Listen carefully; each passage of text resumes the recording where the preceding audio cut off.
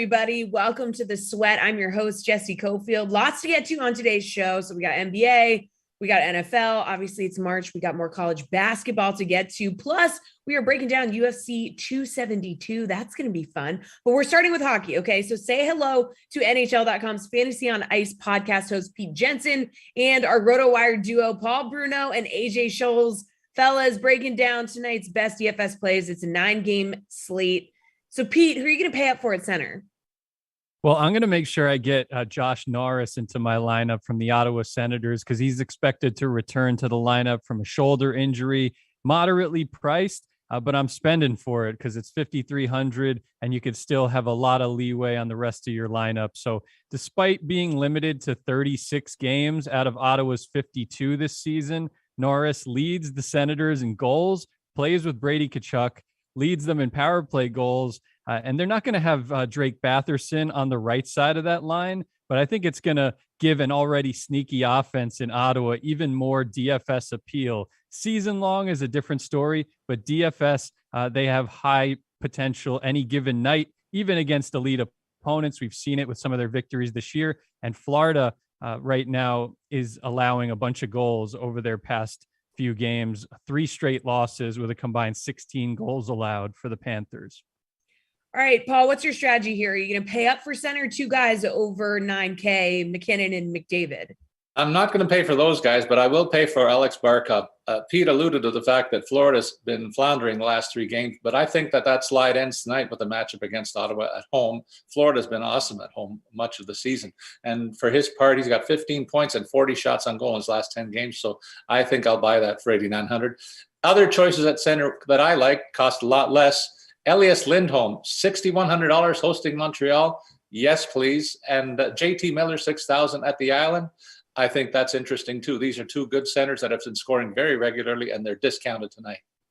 All right, AJ, what's your strategy at center?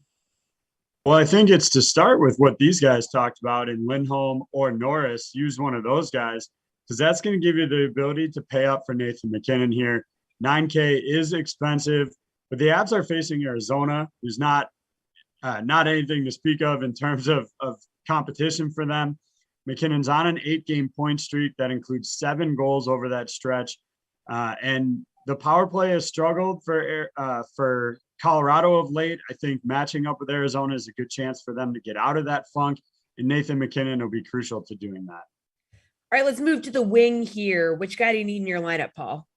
Well, I think it's going to be points night for Florida, so I'm going to go with Jonathan Hubert. That power play is going to go nuts, I think, against Ottawa this evening. So I want to add at least one of those 2 guys. He costs $7,300 if you're afraid of Barkov's higher price. And then I like 2 other wingers that are also scoring a ton and less than $7,000. Kirill Kaprizov for Minnesota has a tasty matchup at Philadelphia, 16 points and 39 shots on goal in his last 10 games, translating to almost 15 DraftKings points per night. So that's a good bargain.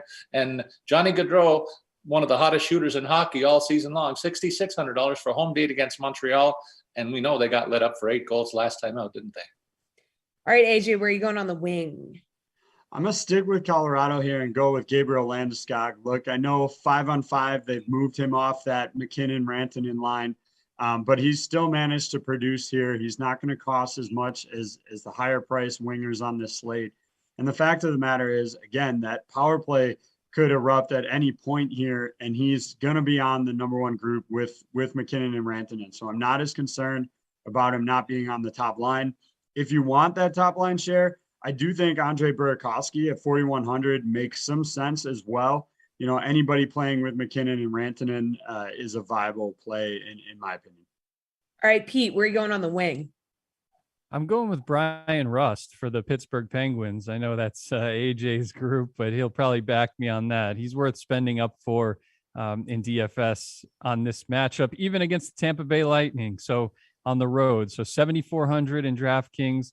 That's a price to pay, but I mean, this guy is borderline top 10 in the NHL in goals per game and also points per game. He's been amazing with Crosby and with Gensel. So, and he's with those guys on the first power play as well. So Russ scored a goal on opening night with 3 shots on goal against the Bolts. So yeah, I will build my lineup around Brian Rust. I think he's one of the most underrated goal scorers and point producers in the entire league this season. All right, let's move on down to the D line. AJ, where are you going here? Well, with defensemen, I really like to try and target players with a solid floor. Like there are a handful of guys that will score every night, but it's only a couple of guys. So when you look at shot totals, Darnell Nurse, who comes in at 5,800 on tonight's slate, is second in the league in shots over the last month. Yes, he has just 1 point in his last 6 contests, but again, those shot and block totals just make him look like a viable option here, especially when you're not paying like Chris Letang prices at 6,900. If you're going to use Letang, he's got to get a point, right? You can maybe get by and justify at 5,800 Darnell Nurse having just a high shot, high block total and getting you those 4 points in this one. All right, what do we think, Pete? Where are you going on the D line? I'm really encouraged by what I've seen from Jacob Chikrin for the Coyotes over the past couple of games, back-to-back multi-point games. Had an assist with a couple of shots and a couple of blocks when the Coyotes beat the Avalanche in a shootout on February 1st. And we all know, right, the direction of the Coyotes right now in terms of probably going to sell some players at the deadline. The biggest asset they have is not an expiring contract. It's Jacob Chikrin. So he's playing to boost his trade stock. He's had a miserable season in terms of living up to his top 15, top 20 fantasy expectations at the defenseman position from last year when he was an elite goal scorer at the position and everything else across the board. The Coyotes have less talent around them, even in a difficult matchup against the Avalanche. I think he's worth spending up for in the $5,000 range at a scarce position, and he'll get you the category coverage, even if they get blown out in this game, I think. All right, Paul, what are we doing here on defense? Well, I like the calls that the boys have made here in the position. So I'm only going to add a couple other options for people to think about. If you go high end and want to continue that Florida stack that I've been touting, I don't know how you avoid not including Aaron Ekblad.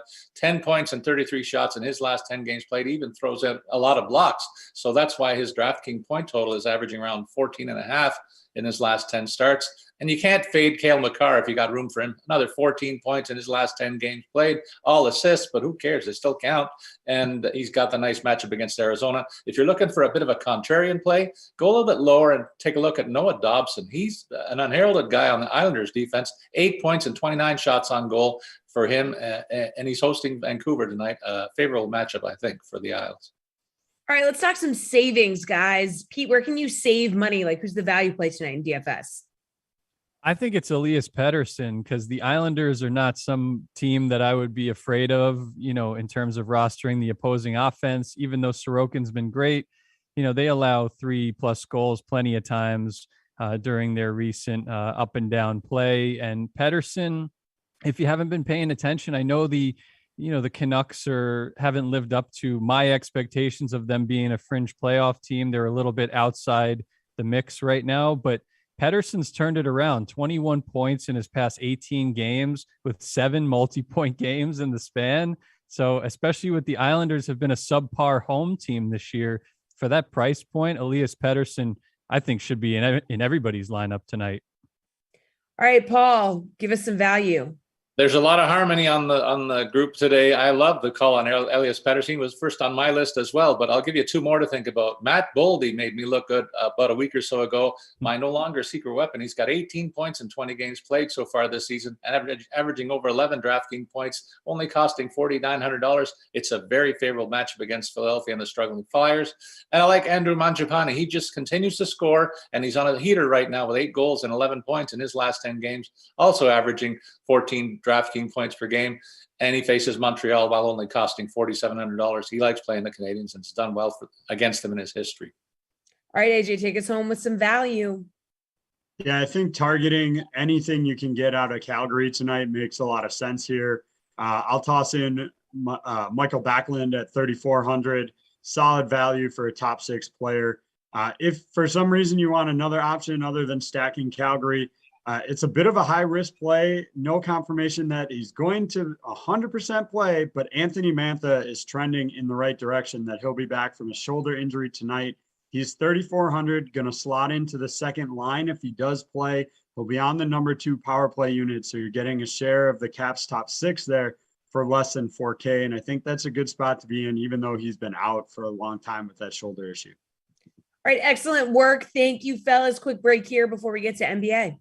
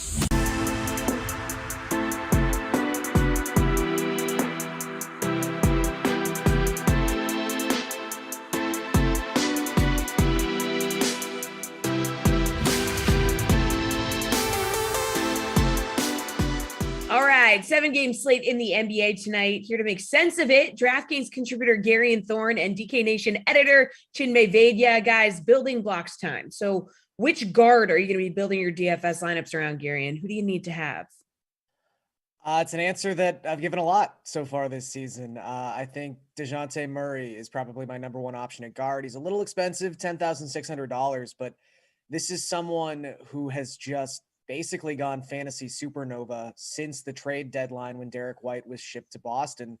He's averaging 1.55 DraftKings points per minute in that span of time. And this matchup against Sacramento is among the best you could possibly draw. I mean, not only are they an underwhelming defensive team, but across their last 10 games, they are tied for the third highest pace in the NBA. And the Spurs are running at a pretty high pace too. So I think this is probably going to turn into a track meet. And that is the environment I would most want to get DeJounte Murray. So you got to pay over 10K for the guy, but I think it's a really, really good return on investment tonight. Yeah, over the last 10 days, he's been averaging 57.3 fantasy points per game. Not too shabby. Chinmay, I saw you nodding your head like you like that pick. Yeah, Murray's a great option, and the matchup is a big reason why. There's a lot of great options on this slate tonight. Ja Morant coming off the 50-point effort career high. It's intriguing to have him. Stephen Curry is obviously a known name, but I'm going with Luka Doncic. He's been the most consistent over the longest period of time, and I think if you're going to pay up for Murray, you might as well shell out the couple extra K for Luka Doncic and what the Mavs have been doing this season. So I'm going to go with Luka Doncic for this one. All right, Chinmay, who's the forward that you're looking at and feeling like you need to roster? There are a couple options. I think Jason Tatum is going to have a big game today with Jaylen Brown ruled out with that ankle injury. So Tatum is a nice option if you want a high-end play. I also like Jeremy Grant from the Pistons, and I know Detroit is not exactly the type of team that you want to back this season. They haven't played very well, but Grant has 26 points in back-to-back games, and he's their number one scoring option. Toronto's dealing with some injuries right now, so I like Jeremy Grant to keep up his scoring pace, and he's more of the value play. I believe he's under 7K right now. So I like Jeremy Grant as the value play in DFS tonight. All right, Gary, and who are you rolling with your forward position? Yeah, I think there's some guys you can go if you want to save a little bit of money. I think someone like Danilo Gallinari in a matchup against the Bulls is a kind of appealing spot. Atlanta's front court is just decimated right now. Okongwu left that game against the Celtics on Tuesday after just 7 minutes because of a concussion. John Collins has been listed as doubtful, I think, for like the last 17 months. He's probably not going to play tonight. So that led to a scenario where Danilo Gallinari had to play 35 minutes in that game against Boston, which was a season high. And I don't know why that changes tonight against the Bulls in, again, what should be a pretty up-tempo game. There's a lot of really nice game environments tonight. And obviously one of those is also Memphis against the Celtics, where Jason Tatum is probably going to be the most popular play on tonight's slate. And I think he's deserving of that. It is one of those situations where you think, okay, how great could the stats be when Jaylen Brown's been off the court? Well, since the trade deadline, when Brown isn't playing, we have a 106-minute sample of Tatum out there on the court. His usage rate is 40%. So I just think we're in a spot where in an up-tempo game against Memphis, if he doesn't take 25 field goal attempts, I would be shocked. So I think you have to play Tatum, but there are some value guys available too. All right, Gary, and let's talk centers. You got 3 options over 9K, Vucevic, Siakam, Sabonis. Are you going with one of those guys or you want to save a little money? I mean, they're all pretty appealing. I do think Sabonis of the 3 is probably the one I lean most towards just because, again, that environment. Sacramento, terrible defense, but the Spurs have not been much better. Across their last 5 games, they have the 5th worst defensive rating in basketball. They're giving up 117.1 points per 100 possessions in that stretch. They also are operating at the 5th highest pace in the league in that 5-game stretch. And Sabonis, since February 16th, 1.44 DraftKings points per minute played. Really, the only thing that slowed him down is lopsided game scripts where he's played in the low 30s in minutes instead of in the high 30s. I think these are 2 pretty evenly matched teams. I mean, I don't know. There's a chance the Spurs beat the Kings by 20. We're talking about the Kings. But I think projecting this game for Sacramento, this is one of the few times you can go into a matchup and say they're not completely overmatched. So I think we can get a pretty neutral game script here. And if that means 37, 38 minutes from Sabonis, I think he's easily going to surpass 50 DraftKings points tonight. All right, Chinmay, what do you think? I like Sabonis as a play. He's a nice option. He's going to get you a good amount of points, and he's heavily involved in that offense. So he's going to be all over the place in terms of points, assists, and rebounds. He's going to get you points. But I like some value plays here as well, especially if you're going to shell out for guard and forward. Clint Capella is probably going to get a lot of minutes, probably not going to give you a lot of points in terms of distributing the ball, but the rebounds are going to be there, and he's going to be their lone center, as Gary had mentioned, with Okongwu out and Collins basically out for a long time now. Another one is Ivica Zubac. He's been playing really well. Points and rebounds are going to be there. The Lakers have been in shambles for a while now, so the Clippers have more to play for there, in my opinion. And I think Zubac is going to have a decent game. So those are 2, again, value plays. Not going to wow you in terms of stats, but going to get the job done. All right, slate approved pick time. So Chinmay, what's your favorite bet on the DK Sportsbook tonight? I like Warriors plus 1.5. I think they're due for a big game, and I think they were not very happy about what happened last time against the Mavs. So Klay Thompson's coming back, and I think the Warriors are going to have a big game against the Mavs. So give me Warriors plus 1.5. Might even be worth a money line play. All right, Gary, and you're looking at the DK Sportsbook slate approved bet of the night. Yeah, so I'll give a rational one and then a completely irrational one. Rationally, I'm just going back to Jason Tatum. His points prop is 29.5 tonight. I think he soars over that number. There are some prop specials as well. You can get him at plus 35 points at plus 200. 35 points and 10 rebounds is plus 550. I don't think that's an insane thing to think about when you look at just what the pace of this game could be and how many field goal attempts there might be. So that's the rational play. Irrationally, I kind of want to look at Pistons money line tonight, only for the fact that there is something about Dwayne Casey playing Nick Nurse. And I speak to this as a Raptors fan. Dwayne Casey is 6-3 head-to-head against Nick Nurse since he was fired for Nick Nurse as the head coach of the Raptors. That includes a 2-season stretch where the Raptors won a championship. These have been pretty good teams that Dwayne Casey has been going up against. I think Isaiah Stewart, following a early season win this year. And again, Isaiah Stewart wasn't even on the Pistons when Dwayne Casey was hired. He was in college when this was all happening. Said, we know how much these games mean to coach. We play extra hard for him. Plus 270 for the Pistons. I don't know. They're already 2-0 against the Raptors this season. Why not make it a full sweep? All right, I love it. Thanks, you two. Good stuff. Coming up next, we're going to break down UFC 272 with Tim Finnegan, so stay tuned.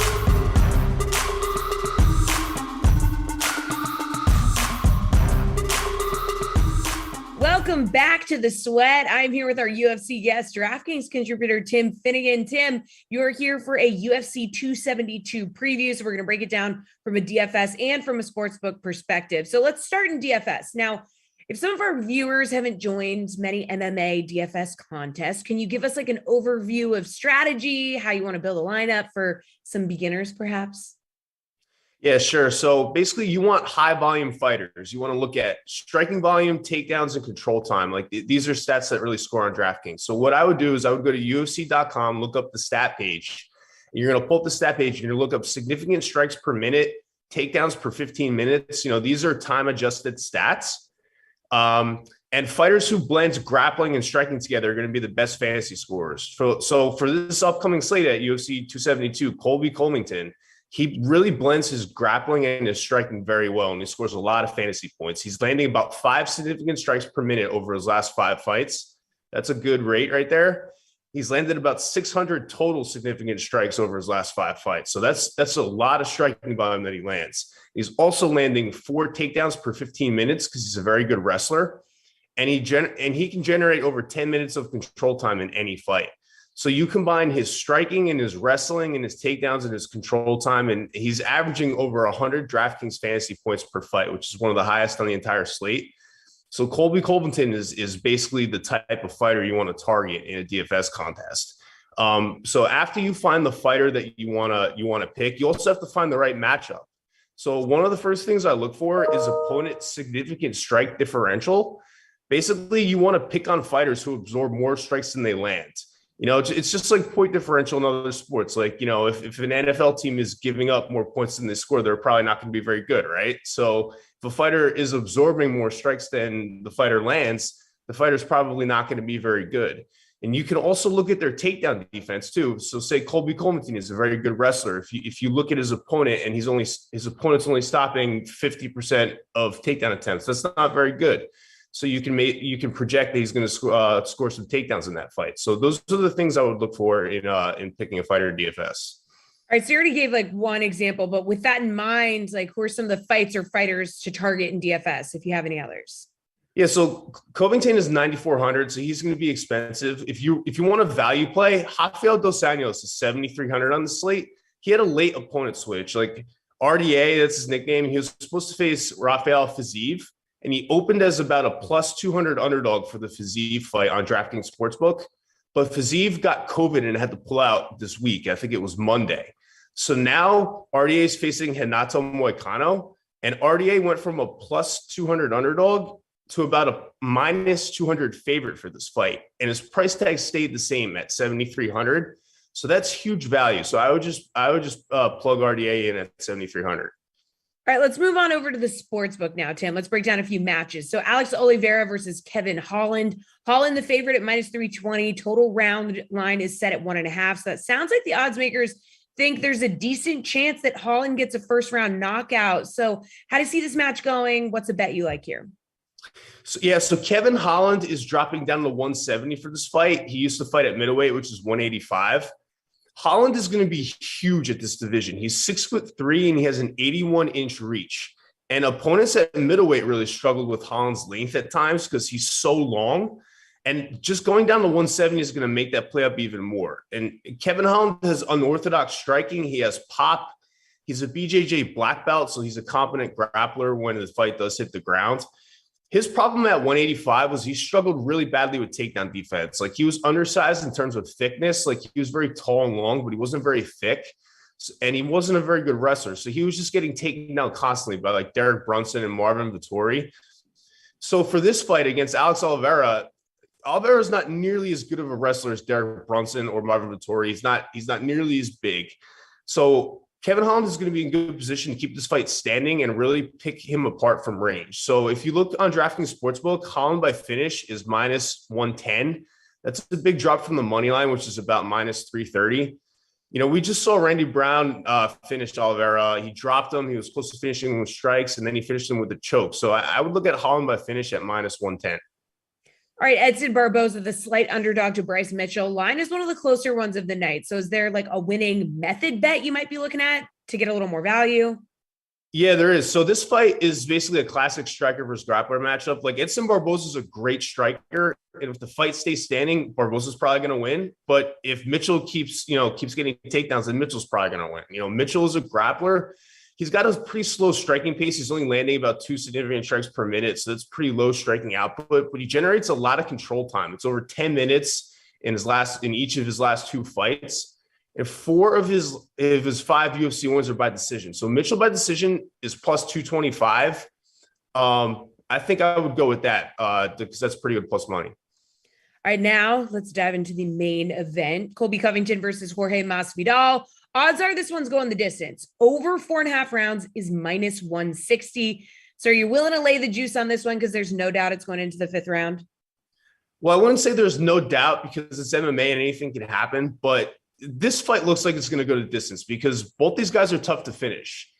I think there's like a combined 3 times that they've been finished in all of their UFC fights, and both these guys have a lot of UFC fights. So Covington's style makes him prone to going the distance because he lacks one-punch knockout power. And he's very control-heavy. And Masvidal is so tough and he's so well-rounded. I would definitely take the over on this fight. All right, so we're sort of building out your script here. Just look into your crystal ball. Who's winning and what's the winning method? Okay, so I'm going to plug DraftKings Playbook real fast. We wrote this fight up pretty in depth if you go to Playbook on DK Nation. But I think this fight's going to look like Masvidal's first fight against Kamaru Usman, where in that fight, Usman went for a ton of takedowns. He had like 17 out of 25 minutes he registered control time, which is massive. And I think he went for like 15 takedowns in that fight. So I think Covington is going to blend his distance strikes to set up his wrestling and win a decision in a very close distance fight with a lot of clinching. Because I don't think Covington's going to stay at range with Masvidal because that's the fight that Masvidal wants. And it's going to make it much more competitive. Like Covington will stay at range to set up his takedowns. And I think once he can get inside, I think he's just going to grind out a decision win. So I would go with Covington. All right, love that. And there are a ton of ways to bet that outcome. We got fight parlays, fight props, round props, like everything. So what are some of the bets that you like?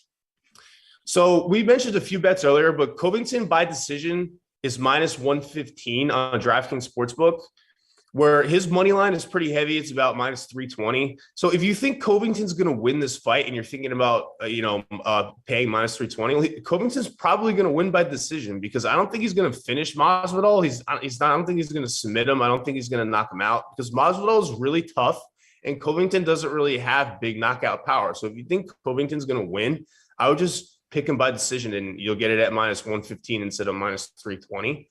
And the main event to go the distance is minus 150. That's another one that I like too, because I do think this fight is going to go to decision. All right, Tim Finnegan, thank you for previewing UFC 272. Appreciate it. As always, stay tuned, everybody. NFL is next.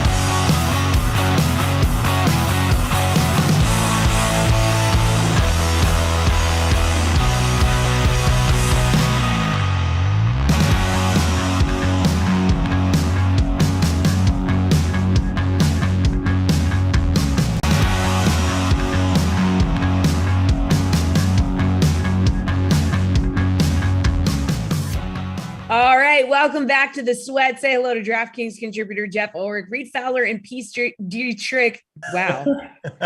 3, 2, 1. 3, 2, 1. And Pierce Dietrich here for NFL Spin Move. All right. Latest news headlines. We're putting a DFS, putting a sports betting spin on it. So the Cardinals announced a contract extension for Cliff Kingsbury and GM Steve Keim. So some stability there, if not necessarily at quarterback quite yet.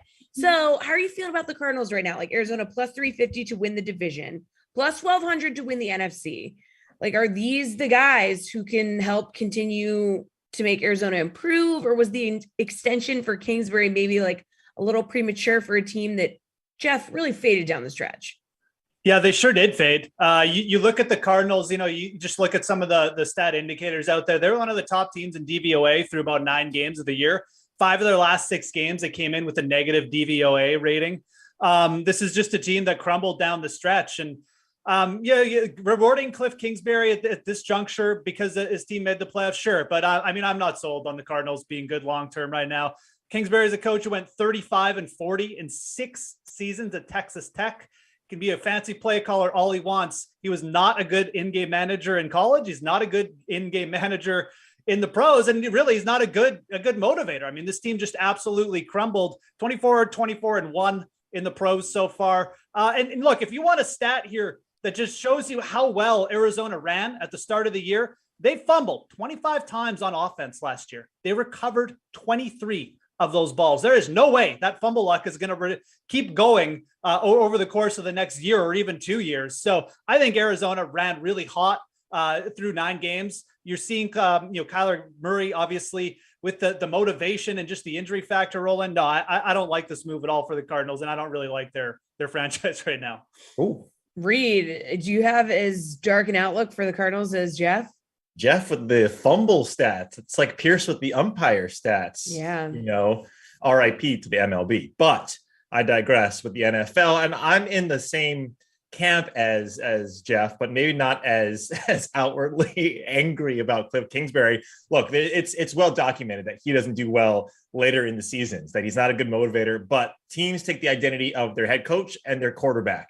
And right now, not all the onus should be put on Cliff Kingsbury. Look at what Kyler Murray has done, right? He hasn't been able to stay healthy. He's electric. They need him to win games. They went from a 3-13 team to a playoff contending, right, in the middle of the season team that just hasn't gotten it done. Now, what scares me more than that, right, is I'm not worried about the re-signing of Cliff Kingsbury because what other options do the Cardinals have, right? There really wasn't any other options, head coach or quarterback, right? You're not going to not sign Kyler Murray.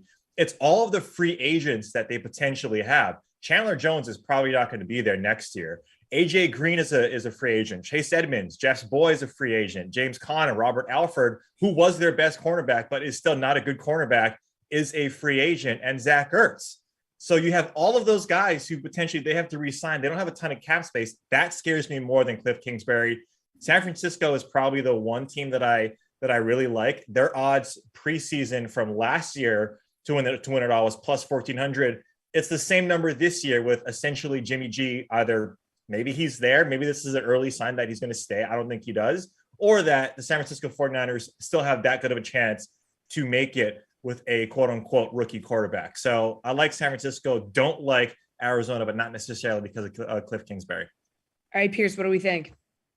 I like the move. It's stability. It avoids going through, the vicious cycle of hiring coaches year after year. We've seen these teams always try to improve their coaching and dump a guy that maybe was just getting the system in place. I mean, really all you want from your head coach is just stability and a calm system where everyone's getting along. And we don't see anything in terms of feuds or problems in Arizona. So that's fine. Scheme-wise, yeah, Jeff talked about how they weren't executing and how they crumbled down the stretch. They had to deal with a lot of injuries. Offensively, yeah, it might be some of Kingsbury's play calling, and maybe he should, give up some of the play calling, and they should actually hire an offensive coordinator. This team doesn't even have an offensive coordinator. They have a run game coordinator, which is kind of the problem. They run the ball too much. So you keep Kingsbury, you bring in somebody else to help with the offensive end. You hope to get healthy. The division is going to be a problem, as Reed talked about. The San Francisco, I think Seattle will improve. Los Angeles just won the Super Bowl. It's a tough road ahead of them, but if they're healthy and Kingsbury just kind of gives a little bit of the play calling away, then I think they definitely could be a real threat.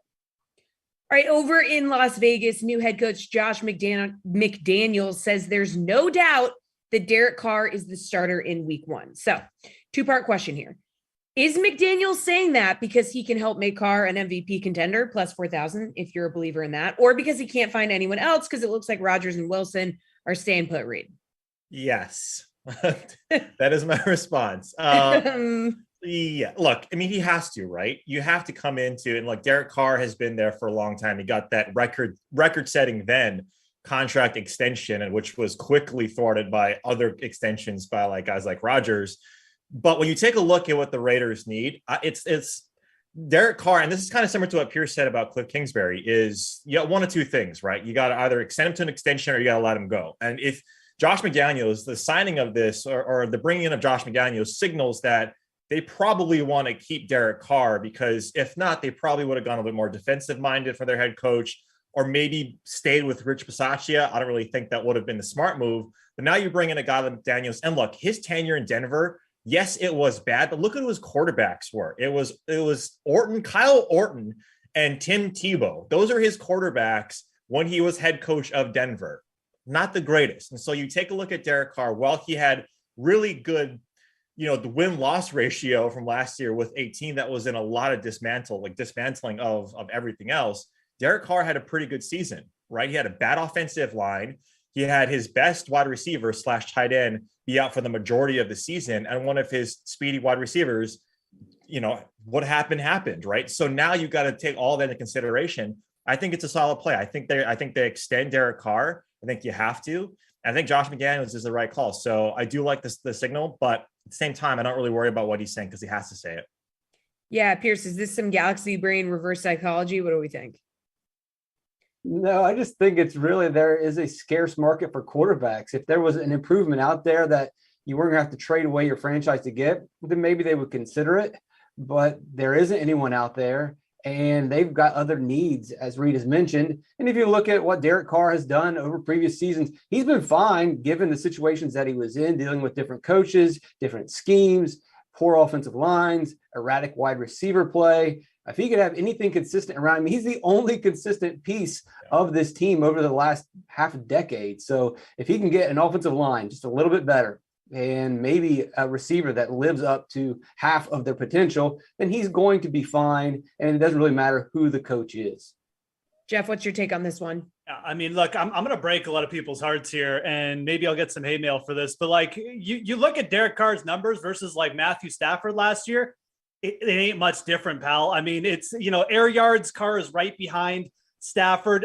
Completions over 20 yards, or balls thrown over 20 yards as well. They basically exactly the same completion percentage. Derek Carr basically actually a little bit better than Matthew Stafford. The problem with Carr is he just wasn't on as good a team. He got pressured more. He obviously lost one of his top receivers mid-year. Darren Waller was banged up. He didn't have a Cooper Kupp option. You can win with Derek Carr. Do I want to bet him at MVP? No, I don't know if he's that good.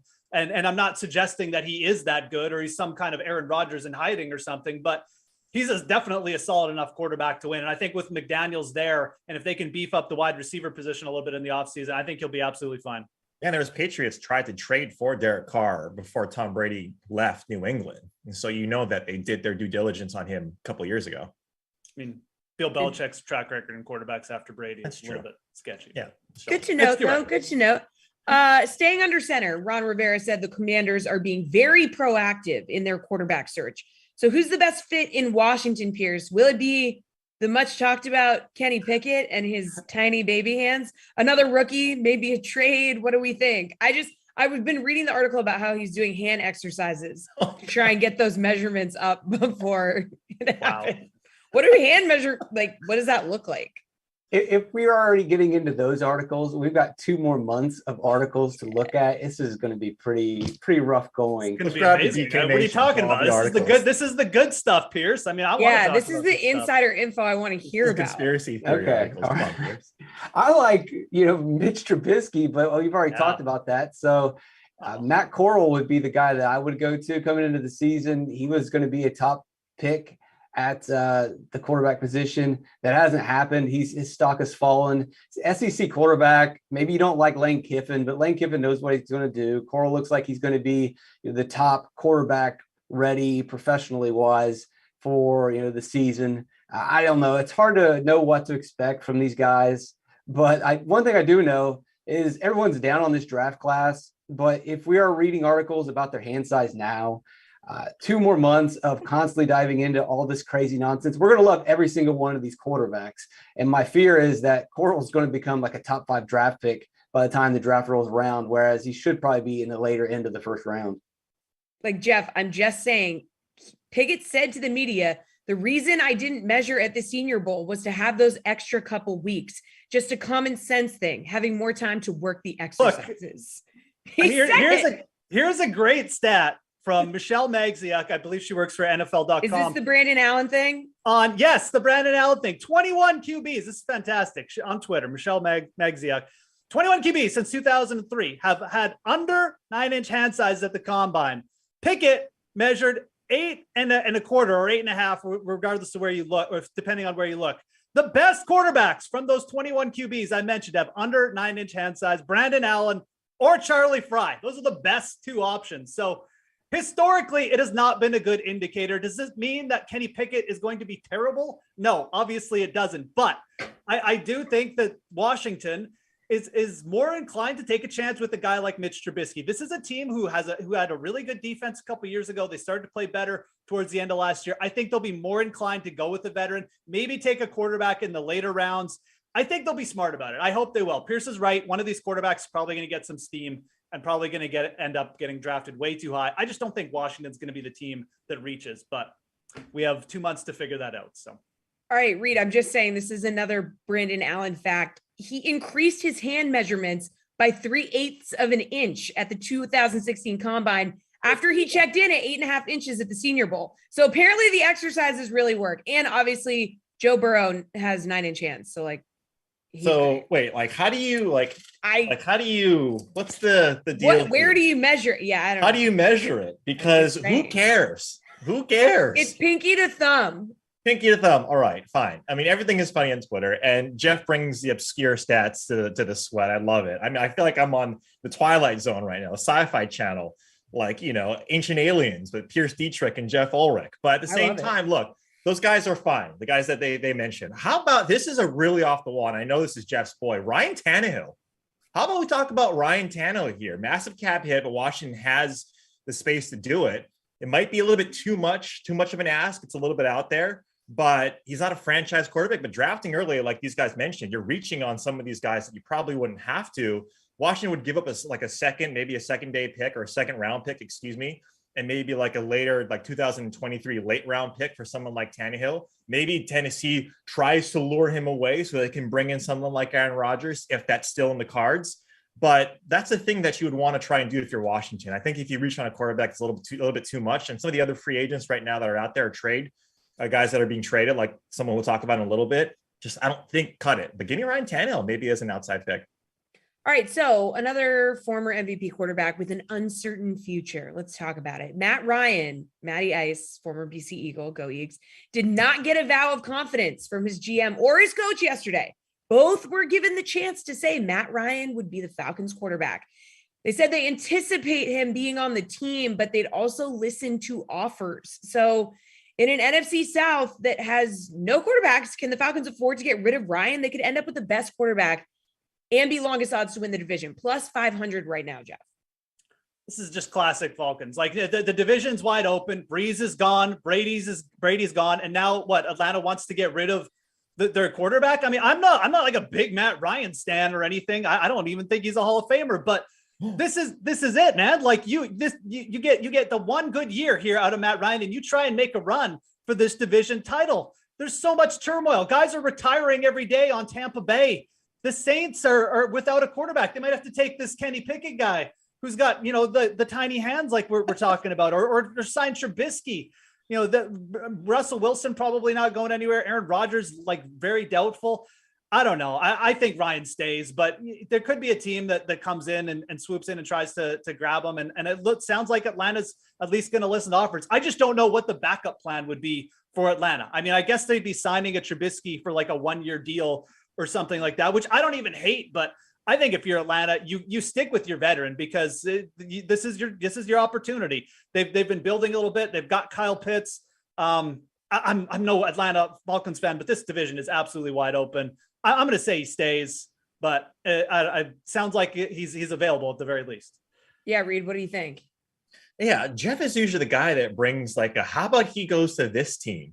Like how about Matt Ryan goes to like the San Francisco 49ers and some weird, that's usually Jeff's MO. The fact that he's saying everyone stays put is a little concerning. But I think he just misses Matthew Lazia. That's probably it. Yeah. But what about this? Because I'm going to take the Jeff stand here. What about him going to Denver? Right. I think it makes sense for him to go to Denver. If Aaron Rodgers isn't going to be there and Denver is still looking for their quarterback, they've been horrible historically in the draft trying to get their next quarterback.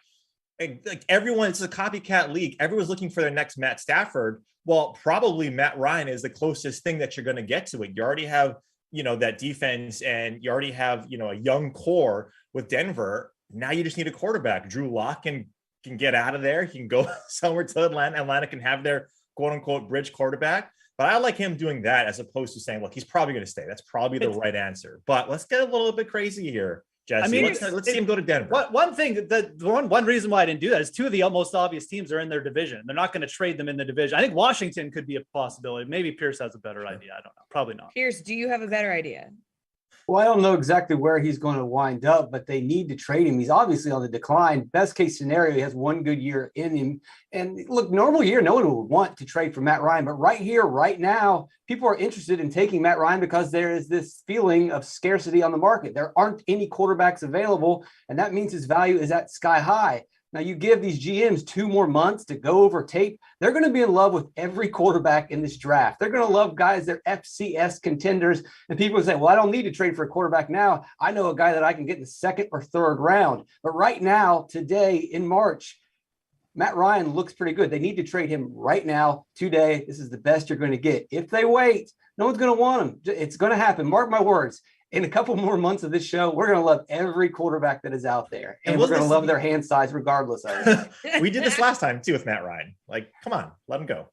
Can't wait to find out Kenny Pickett's final hand size. All right, good stuff, guys. Appreciate the time. As always, one more block to go here on The Sweat. We'll be right back.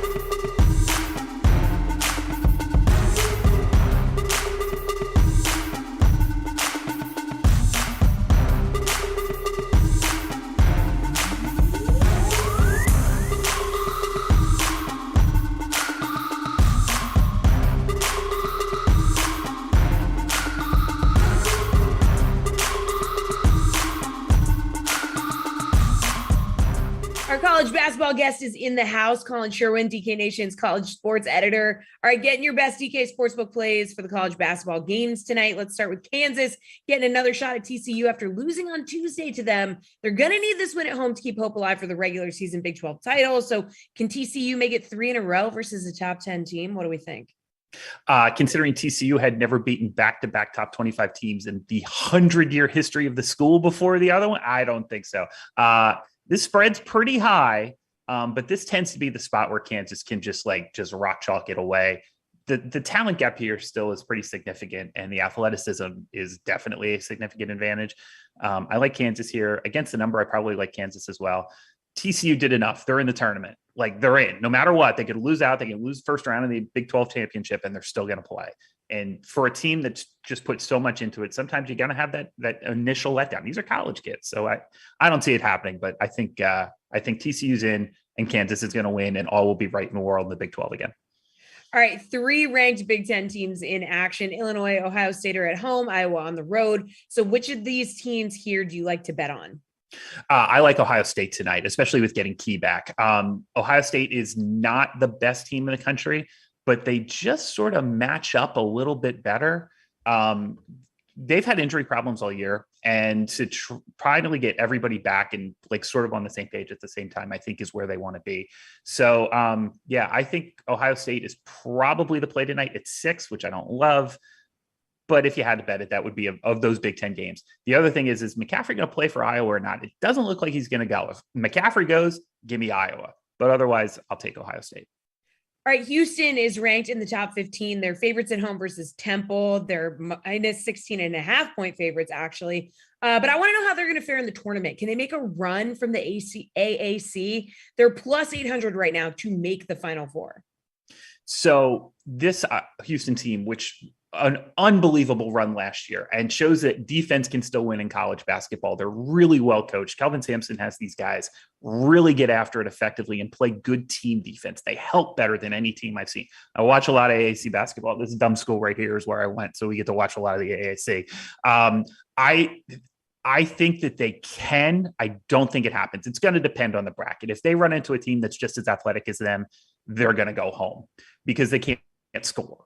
But if they can run into teams, if they get a draw where they're just sort of able to use their length and their verticality, which they do better than anybody, I think they can. It's just going to depend on the draw. But if they run into like a Gonzaga that's just as athletic and them can score, it's over. All right. Are there any big favorites in danger of an upset maybe? So I don't see a ton on the board tonight. If you wanted to pick a kind of mini upset, SMU could be in a little bit of trouble against Cincinnati tonight. SMU's a bubble-ish kind of team. They think that they can still find a way to get in. They probably need to make the AAC final to do so. But I don't love this matchup against them. And Cincinnati's playing a little bit better basketball right now. So if anybody's going to get picked off, it's probably going to be SMU tonight. I would keep an eye out for that one. But otherwise, I think all the double-digit favorites probably roll. That's kind of where I'm at. All right, real quick, need your slate approved pick, your favorite bet on the board tonight. So speaking of this dumb school right here that got all my money and I'm still paying off, they're catching 12.5 tonight at home against a Memphis team that just despises covering, that just does not ever want to cover, that is more athletic, more talented, and just does the dumbest things down the stretch of games. USF's not good. They're really bad, actually. But they've covered their last 2 and they're playing slightly better and they're getting 12.5 at home. I can't believe I'm saying this. Alumni Association, send me my certificate. South Florida cover plus 12.5 tonight against Memphis. All right, Colin, thank you so much. Appreciate the time. As always, that is the show. Madden starts at noon with the Bears at Cardinals. The slate is on at 5 p.m. with Kaufman and Reed, and we'll see you tomorrow at 11 a.m.